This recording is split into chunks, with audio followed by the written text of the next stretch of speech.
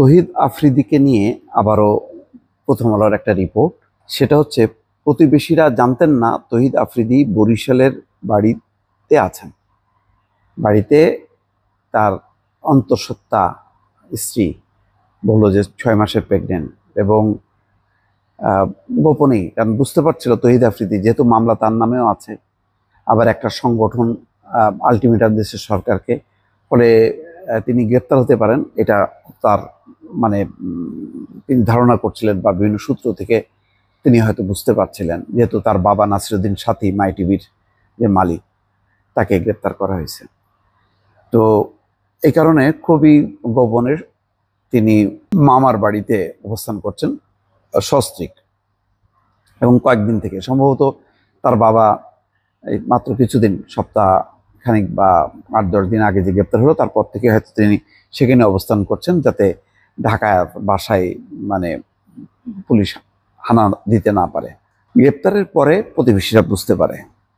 আচ্ছা, এটা তার বিরুদ্ধে অভিযানটা কি বা অভিযোগটা কি, এটা কিন্তু পরিষ্কার না। এটা তো বৈষম্য বিরোধী ছাত্র আন্দোলনে যাত্রাবাড়ি থানায় করা হত্যা মামলার আসামি তহিদ আফ্রিদি 11 নম্বর নাকি সিরিয়ালি আছে। তো ওই সময় তো জানেন, এটা সরকারও স্বীকার করছে, ওই সময় গণহারে মানে বিরুদ্ধ পক্ষের যত মানুষজন আছে বেছে বেছে, এবং যারা পরিচিত মুখ আছে সবার নামে, সেই তারকা থেকে শুরু করে নায়িকা গায়িকা কেউ আর বাদ নাই, সাংবাদিক, গণহারে হত্যা মামলায় জড়ানো হয়েছে, যাতে ওই হত্যা মামলাটা হলে তাৎক্ষণিকভাবে গ্রেপ্তার হয় এবং জামিন যাতে না পায়। তো এটা এরপরে তো ভুল স্বীকার করছে, পুলিশ বলছে যে না, আমরা মানে প্রমাণ না হলে আমরা অ্যারেস্ট করব না।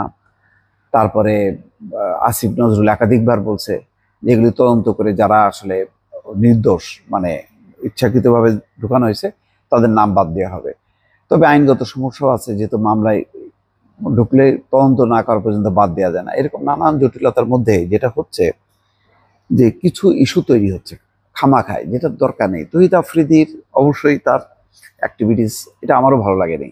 সে এটা ক্ষমতার একটা অংশীদার, বা বিগত সরকার আমলে যে জুলাই আন্দোলনের সময় মানে যারা সোশ্যাল মিডিয়াতে অ্যাক্টিভ ছিল তাদের বিরুদ্ধে সে যথেষ্ট তৎপরতা ছিল, কিন্তু ব্যক্তিগতভাবে সে নিজেও খুবই জনপ্রিয়। এখানে বলা হচ্ছে তার ইউটিউবে সাবস্ক্রাইবার 63,10,000, 8,21,000 হচ্ছে ফেসবুকে আছে, আর 63 লাখ হচ্ছে আছে।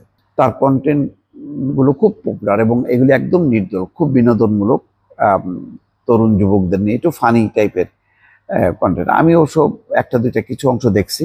এটা ঠিক। আবার প্রতিষ্ঠানটা নিয়ে, মাই টিভি নিয়ে, তার বাবা নাসিরুদ্দিন সাথী, এরা যথেষ্ট রকম ক্ষমতা খাটাইছে বাণিজ্যিক কাজে, ব্যক্তিগত স্বার্থ সিদ্ধির জন্য এই চ্যানেলটাকে তারা ব্যবহার করছে। মাই টিভি এই কারণে একটা খুব মানসম্পন্ন প্রাতিষ্ঠানিক ভালো একটা প্রতিষ্ঠান, সেটা বোঝা যাবে না। এখানে একটা অস্বাভাবিক দেখবেন, ওখানে গেলেই ওয়াকি টকি নিয়ে, সবার হাতে ওয়াকি টকি ব্যবহার হয়। সাধারণত এটা সিকিউরিটি কোনো প্রতিষ্ঠান বা মাল্টিনেশনাল কোনো ওই ধরনের মানে গণমাধ্যমে ওয়াকি টকির ব্যবহার আমি এই মাই টিভিতে দেখলাম। যাই হোক, এটা তাদের নিজস্ব ব্যাপার, কিন্তু প্রতিষ্ঠান মানে তেমন খুব পেশাদার কোনো মানে আদর্শিক কোনো প্রতিষ্ঠান হিসেবে গড়ে ওঠে নাই।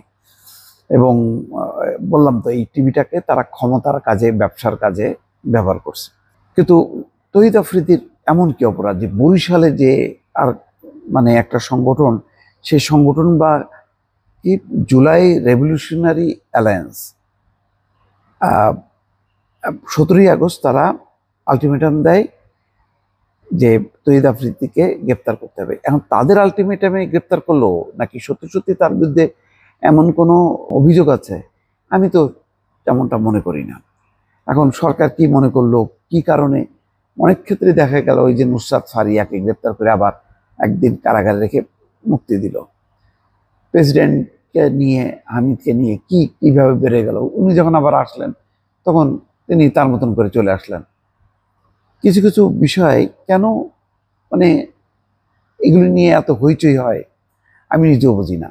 এতে তো সরকারের একটা যে দৃঢ় সিদ্ধান্ত, তার তো একটা বেসিক সিদ্ধান্ত থাকবে যে আমরা কি কি কাজ করব, কাদেরকে করব। এরকম হাও কাও জানো তেন এর পিছনে ছুটে সরকার কেন সময় ব্যয় করছে, বা এটা একটা আন্তর্জাতিক মহলের দৃষ্টিতে নিয়ে আসছে বিষয়গুলো, এটা তো কোনো ভালো জিনিস হবে না। সবাই জানে যে জুলাই গণহত্যার নামে গণহারে মামলা দেওয়া হয়েছে। অন্য মামলায় যদি গ্রেফতার করা হতো তাহলে একটা যুক্তি থাকে। এখন যে মামলায় গ্রেফতার করা হয়েছে এটা তো তহিদ আফ্রিদির কিছু হলো না, কিন্তু যেহেতু আন্তর্জাতিকভাবে তার একটা আছে, মানে গ্রহণযোগ্যতা আছে দেশীয় এবং আন্তর্জাতিক অঙ্গনের, একটা পরিচিত মুখ, অনেকেই আন্তর্জাতিক কমিউনিটি সংগঠন বিবৃতিও দিতে পারে। সেটা কি অন্তর্বর্তী সরকারের জন্য ভালো? কেন তহিদ আফ্রিদির দিকে এই সময় নজর দেওয়া, আমার কাছে এটা পরিষ্কার না। দর্শক ভালো থাকবেন, আল্লাহ হাফিজ।